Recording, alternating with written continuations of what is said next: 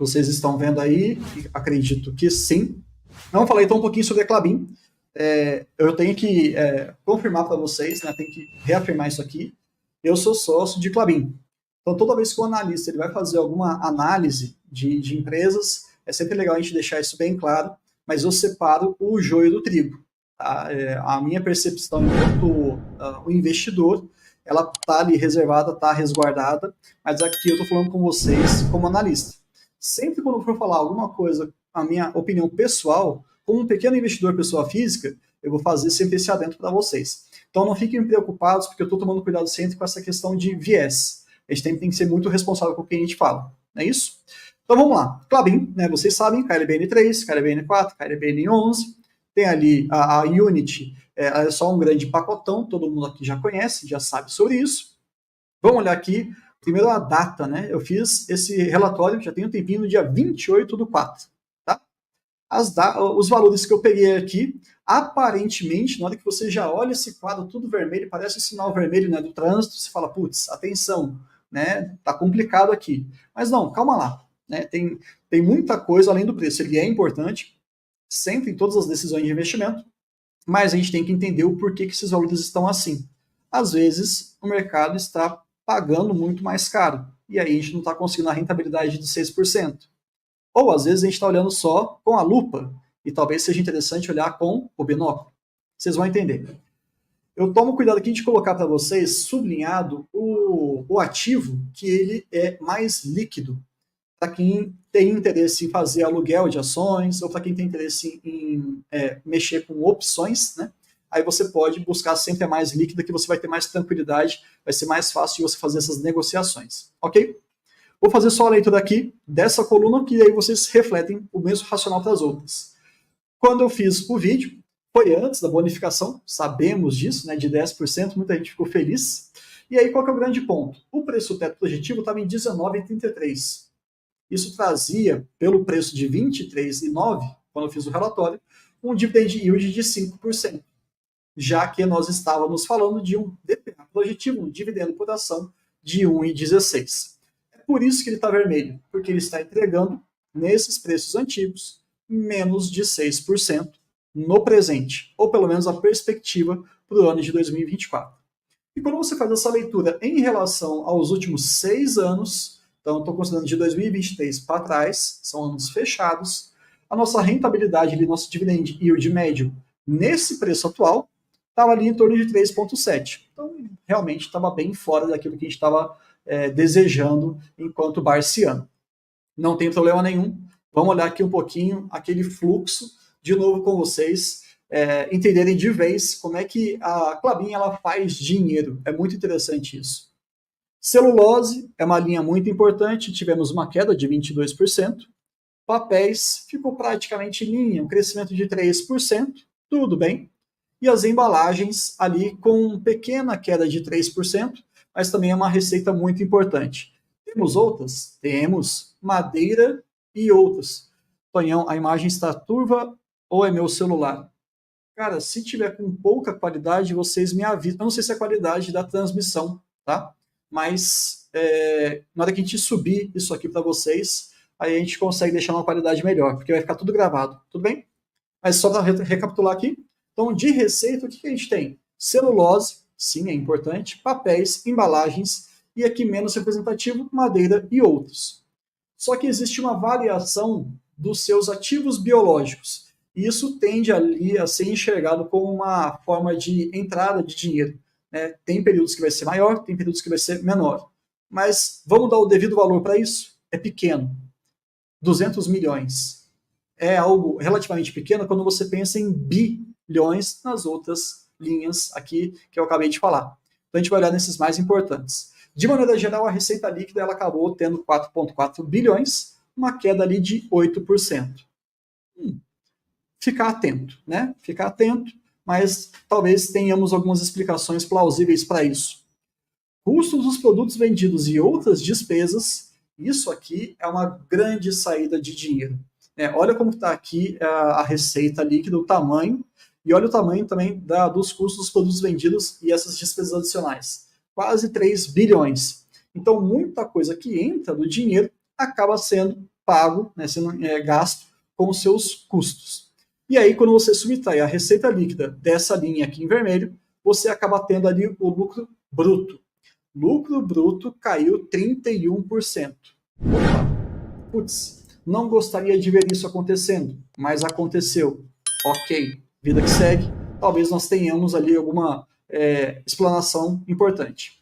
Despesas operacionais, viu? Aqui como está, é uma saída de dinheiro e teve uma queda. Então, se teve uma queda, ponto para a Klabin. Então, em termos de despesas operacionais, por mais que nós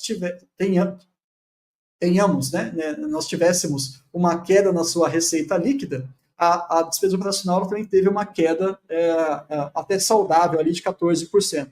Perfeito. Fez uma subtração. Lucro bruto menos despesa operacional, você chega no EBIT. Ótimo. Olha, o que está faltando aqui? Do EBIT até o lucro líquido, mas a gente gosta de trabalhar aqui com EBITDA, a gente precisa descontar resultado financeiro, a nossa participação do nosso eterno sócio, que é o governo, independentemente de quem esteja lá assumindo, né? Não tem jeito. E aí você vai chegar no nosso lucro líquido.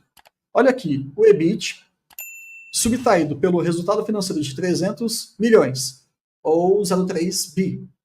Os impostos, quase 1 bilhão em impostos. É isso mesmo? É isso mesmo. E o lucro líquido ali vai ficar em 0,4. Bem pouquinho mesmo. Muito pouco. Então, isso aqui vai fazer com que você tenha ali um lucro líquido da empresa que talvez incomode o acionista. Só que o lucro líquido ele não reflete muito bem o resultado da empresa Klabin. Ela gosta mais de utilizar o EBITDA. E por isso, nessa última linha aqui, a gente faz uma recomposição. A gente vai colocar depreciação e amortização e alguns pequenos ajustes, chegando ali a 1,65 bilhões de reais. E aí, para quem já conhece a Klabin, né, ela tem uma política ali de pagar em função do seu EBITDA, e aí você fala, ufa, então tá, esse é o valor que eu tenho que olhar, porque da onde vai vir meu faz-me rir. Não é isso? Então, tá tudo certo. Teve também uma queda importante. Mas vamos lá. A empresa perdeu o fundamento? Não sei. A gente vai descobrir. Porque tem projeto Figueira, tem projeto Caetê, o crescimento do projeto Puma, né? O Puma 2 com a MP28, a máquina de papel 28, e por aí vai. Então, a gente tem que olhar que muitas coisas boas estão acontecendo, mas efetivamente o resultado não foi tão bom. Por isso que eu coloquei aqui a conclusão como um resultado neutro. Ok? Então, pontos positivos e pontos negativos, cada um vai definir ali o que é realmente relevante. E, de novo, a gente não faz nenhum tipo de recomendação aqui. Neutro é só para você ficar de olho no que está acontecendo e buscar ali mais explicações. O Marcos perguntou aqui, pagaram menos impostos porque venderam menos, creio que seja por isso, certo? Totalmente correto. Então, isso tem uma forte relação, né? Se lá a receita está sendo já prejudicada, ainda bem que nós pagaremos menos imposto, não existe, teoricamente, né, imposto em cima do prejuízo. Então, não chegou nesse ponto, mas sim, a sua linha de racional está corretíssima, Marcos.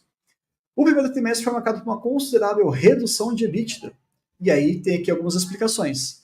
Valorização do real em relação ao dólar, palavras da empresa. Ok, gente?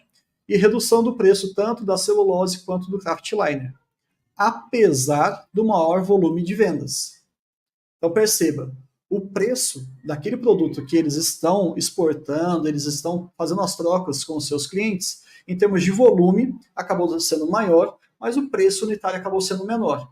A receita, lembre-se disso, a receita é o volume vendido vezes o preço unitário vendido, aí você chega na receita. Um tentou mais ou menos compensar o outro, o que é bom, mostrando que a Klabin ela tem essa maleabilidade, essa flexibilidade, essa resiliência em relação às demandas do mercado. Um dado interessante que tem sido apresentado é a proporção do EBITDA em relação aos seus negócios. E aqui, muita gente fala, né, Klabin é celulose. Cara, eu não vou negar que Klabin tem um peso muito forte em relação à celulose, commodity, e portanto oscila muito, mas já foi bem mais dependente no passado. Quem estuda a empresa, com as últimas décadas, vai ver que ela tinha uma grandíssima dependência em relação à celulose. Mas agora, quando a gente olha em relação a papéis e celulose, a papéis e embalagens, perdão, já representa 60%, que é algo muito mais previsível, algo muito mais resiliente, algo muito mais relacionado com o próprio PIB do país. E por que não do mundo, né? Em relação à alavancagem, a gente teve um leve aumento de 3,5 vezes, aí isso também está super controlado, está dentro daquilo que eles projetaram, e também para a gente tirar aqui, gente, cada vez mais alguns preconceitos ou aprendizados que eu diria incompletos. Parem com essa história de ficar tentando falar assim, olha, eu só vou olhar para uma empresa que tem alavancagem abaixo de 3 vezes. Não faça isso. Ah, não, porque se o pessoal gosta de falar PL acima de 15 eu não olho. Calma. Né? Indicadores indicam, não concluem. Então, se a alavancagem aqui de Klabin está em 3,5 vezes, para e pergunta, existe alguma política de alavancagem dessa empresa? Eu vou te responder, existe. Eles estão dentro dessa política? Estão. Então, perfeito, ufa. Então tá tudo certo para a Klabin. O grande problema é você achar que 3,5 vezes tem que ser interpretado da mesma maneira para todas as empresas que existem na Bolsa. De jeito nenhum, não faça isso. Tá? E por fim, Projeto Figueira, papelão ondulado, foi iniciado com boas perspectivas. Maravilha.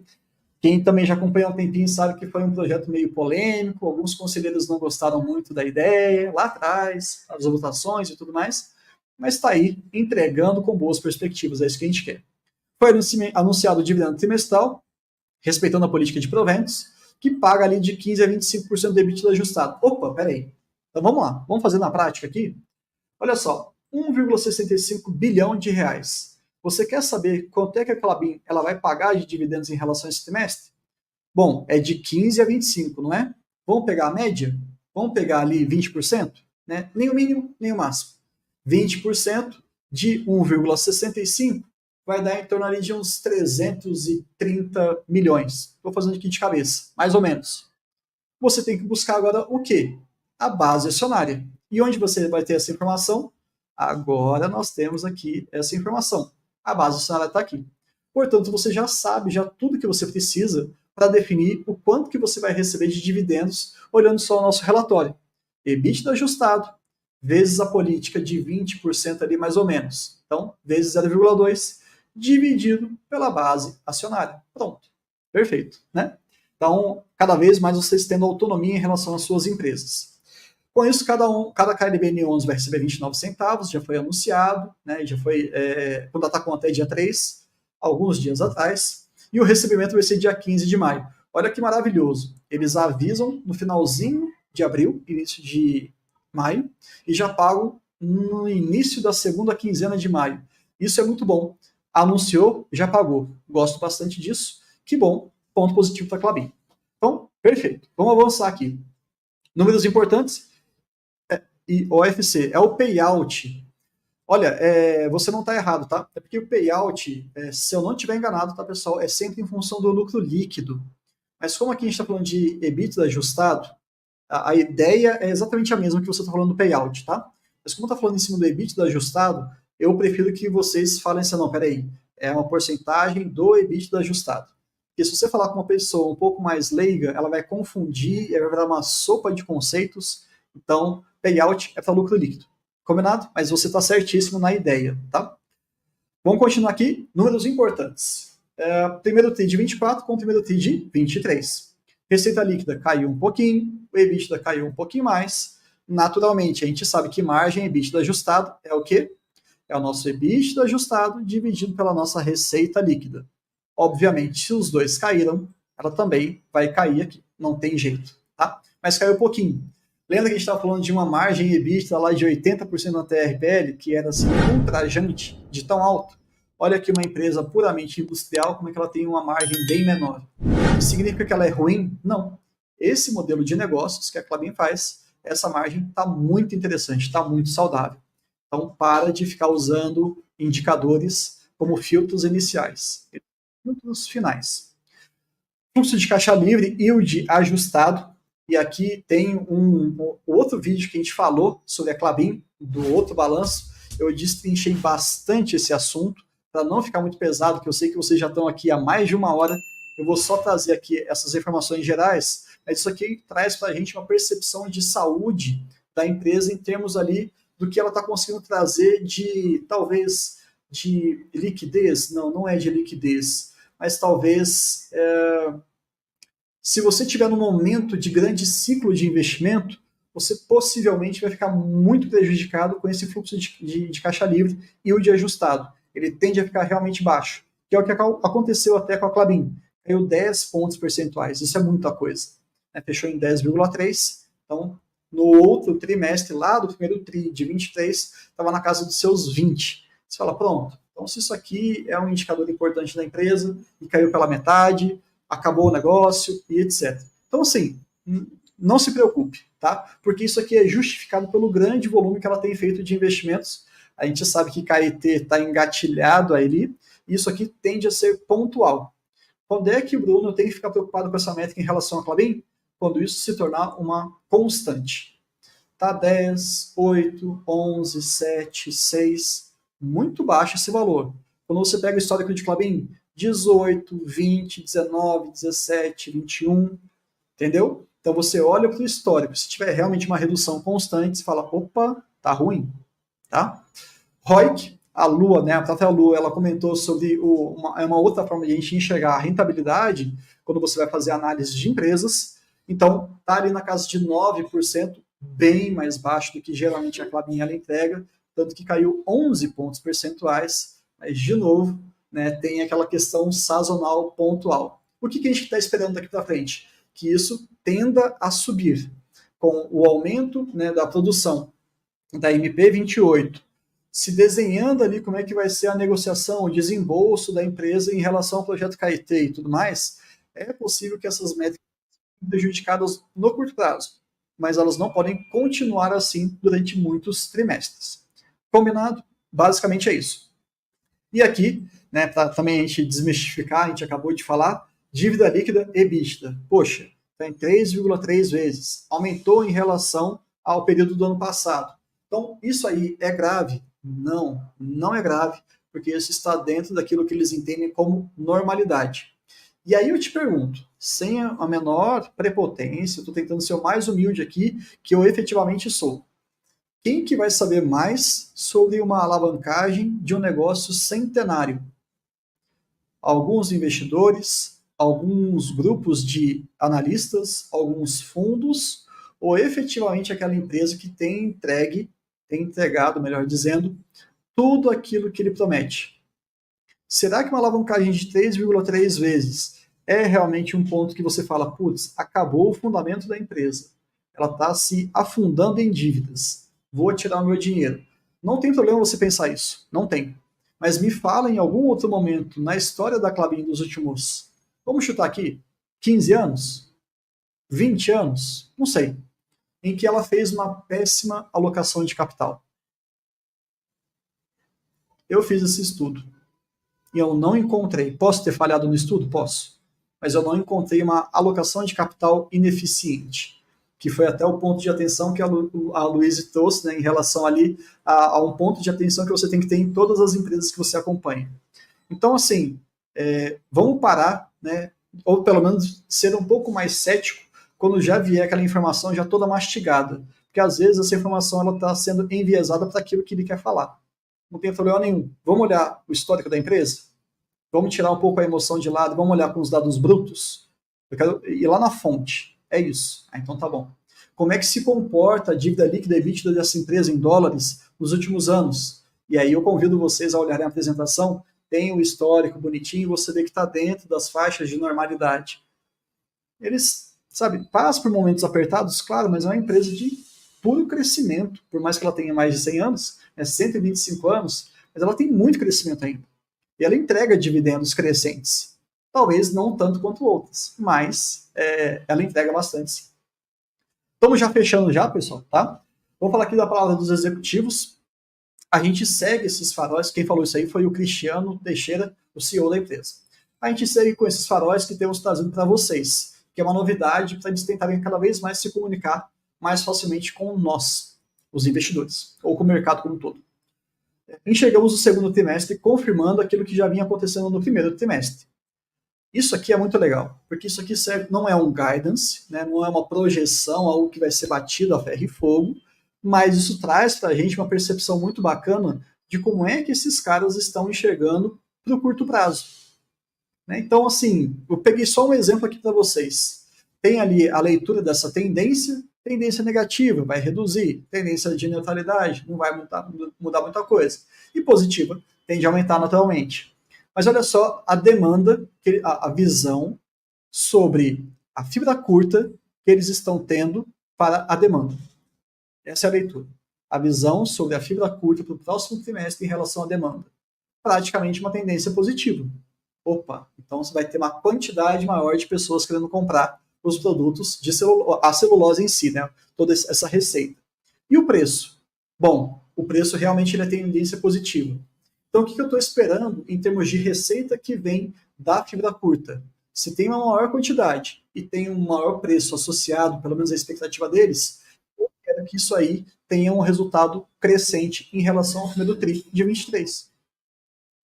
É isso, sabe? É uma leitura simples. Fibra longa e fluff. Uma demanda elevada com um preço elevado, ou maior pelo menos que o primeiro TRI de 23. Então, o que eu quero da celulose como um todo? Eu, investidor, eu, Bruno, aqui, de novo, agora estou fazendo meu adendo, eu não faço projeções como analista, nem como investidor, mas eu espero que a linha de receita de celulose do segundo trimestre de 2024 seja maior do que o primeiro TRI.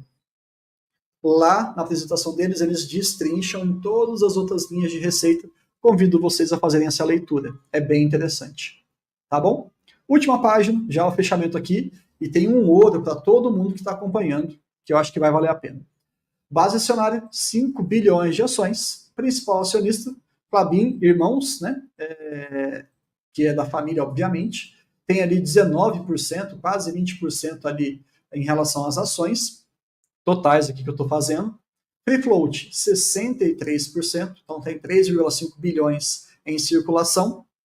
Tem um cadinho bom aqui que está com o Barsi, né? Então talvez não esteja tanta circulação assim, mas tem um cadinho bom ali. E aí a gente também tem o DPA projetivo. De novo, a gente está fazendo aqui uma leitura pessimista, neutra ou otimista. Tudo bem? O AGF sempre vai tratar com aquele cenário base. A gente não quer ficar enviesando ninguém, não. Se você se sentir confortável, sinta-se à vontade. Se você não quiser, também pode seguir o que o AGF está, pelo menos, colocando como um dos vários argumentos que você usa na sua tomada de decisão.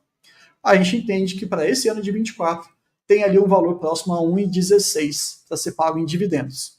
Vamos só fazer uma brincadeira aqui? São 4 pagamentos por ano, não são? Ótimo. Eles pagaram 30 centavos? Pagaram. Eu estou falando lá em relação à KLBN 11. Então, 30 centavos vezes 4 trimestres vai me dar 1,20 aproximadamente. E é por isso aqui que a gente está com essa visão aqui neutra de aproximadamente 1,16, 1,20. Então, essa é a nossa ideia. Então, aparentemente, a gente está projetando para esse ano, realmente está acontecendo. Pelo menos o primeiro TRI já foi. Faltam os outros 3 para a gente ver como que vai ser o comportamento. E aqui, pessoal, já fechando, 1h20, né, 625 pessoas que vocês estão aqui acompanhando a gente. Eu acho que é muito legal. Queria fazer um pequeno desabafo. Estou acompanhando com vocês, estou crescendo com vocês também. Então, de novo, tudo que a gente faz é com muito carinho, com muita atenção. E isso, para mim, é um pequeno desabafo mesmo. Eu finalmente entendi qual é o impacto do Hedge Accounting. Já começa, né? O que é isso? Mas conversei com o Lu, conversei com o Felipe, com o Jean, com o Fabião, conversei com outras pessoas também, liguei para o RI, mandei e-mail e tal, para a gente chegar e conseguir concatenar aqui um conteúdo bem interessante para vocês. Que é o seguinte, Hedge Account foi uma ferramenta, digamos assim, né? Enfim, é um artifício contábil que se utiliza para justamente você diminuir a sua volatilidade dos seus resultados. Então, vamos olhar para o gráfico. Eu sei que muita gente tem uma certa dificuldade ali de ficar olhando, mas a gente vai fazer a leitura aqui. Eu também tinha demais, tá? Então, só estou falando como se estivesse falando para mim mesmo. Valores em bilhões de reais é aqui na linha vertical. Tá? A gente chama isso aqui de eixo Y. E aqui no eixo X, a gente está falando sobre o passar do tempo. O que eu estou colocando aqui? Sempre o lucro líquido e também o EBITDA ajustado. Lembrando, Klabin paga em função do EBITDA ajustado.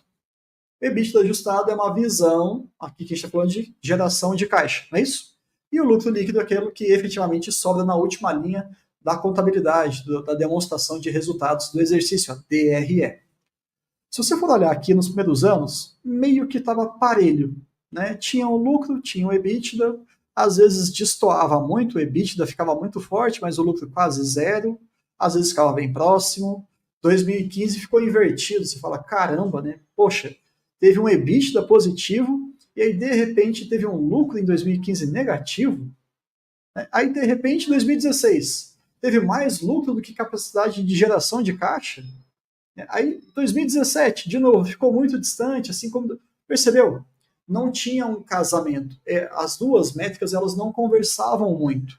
E isso gerava, obviamente, para o investidor uma insegurança, falou assim, pô, tá difícil de. Não quer dizer que estava falso, que tinha alguma manipulação, de jeito nenhum. Mas é que tornava a leitura do balanço muito mais difícil.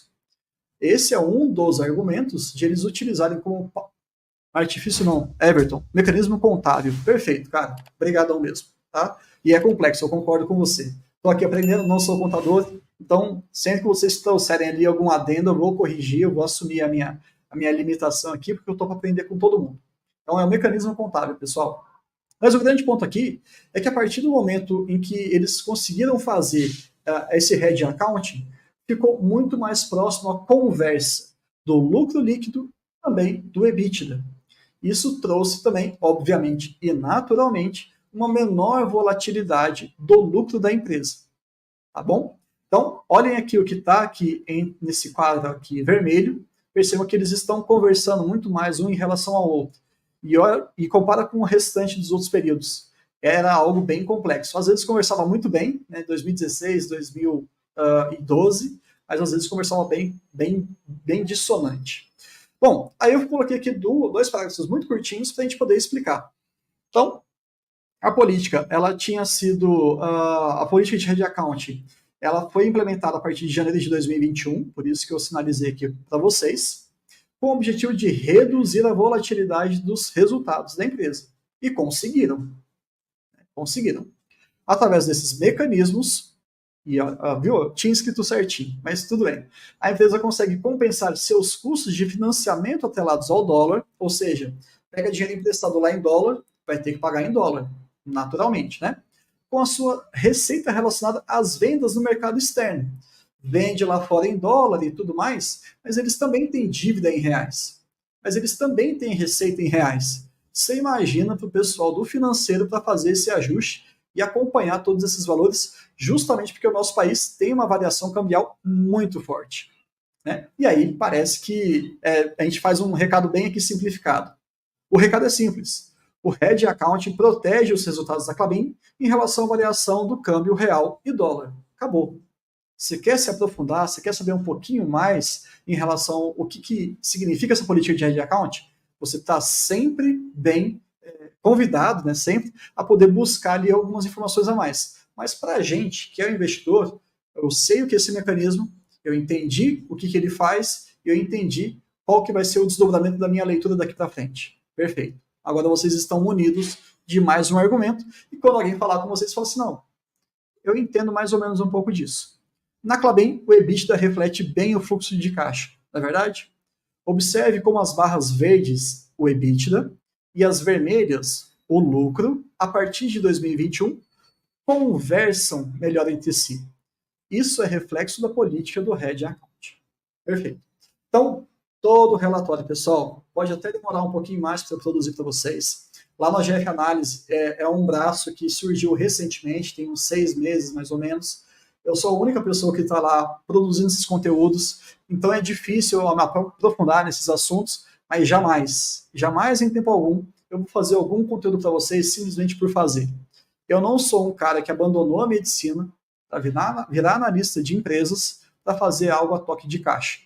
Não me proponho a isso. Se fosse para fazer isso, eu nem tinha saído da medicina, né? Só para começo de conversa. E eu sempre tento dividir com vocês o máximo de informações de qualidade. O meu Instagram está disponível para vocês sabem, é só me encontrar lá nas redes sociais. Eu também respondo caixinha de perguntas no perfil do AGF todas as segundas-feiras. E é isso. Ficamos bastante tempo aqui. Eu gostei muito da companhia de todos vocês. Mantivemos ali a audiência. E todas as dúvidas que vocês tiverem, por favor, deixem aqui nos comentários. Eu vou dar uma lidinha em tudo que vocês falaram também.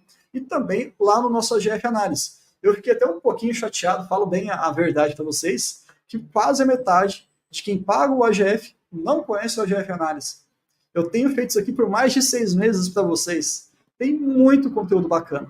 E quem não é ainda do AGF+, cara, sabe, a gente está com uma nova plataforma que está saindo do forno. Eu também ajudei bastante ali em alguns pontos, principalmente educacionais, para trazer uma linguagem mais facilitada para vocês. Vale a pena.